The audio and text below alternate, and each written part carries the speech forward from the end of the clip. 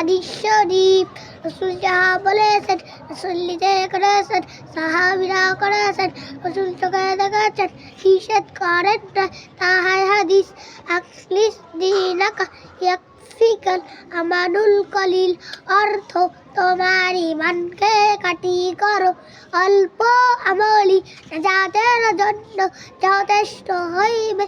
খায়রুকুম মান তাআল্লামাল কুরআন ওয়া আল্লামা।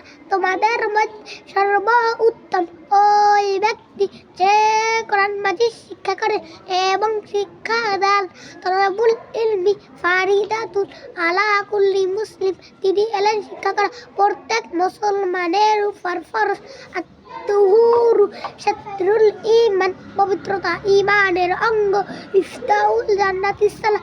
নামাজ বেহেশতের চাবি। মাশাআল্লাহ, মাশাআল্লাহ, খুব সুন্দর হয়েছে।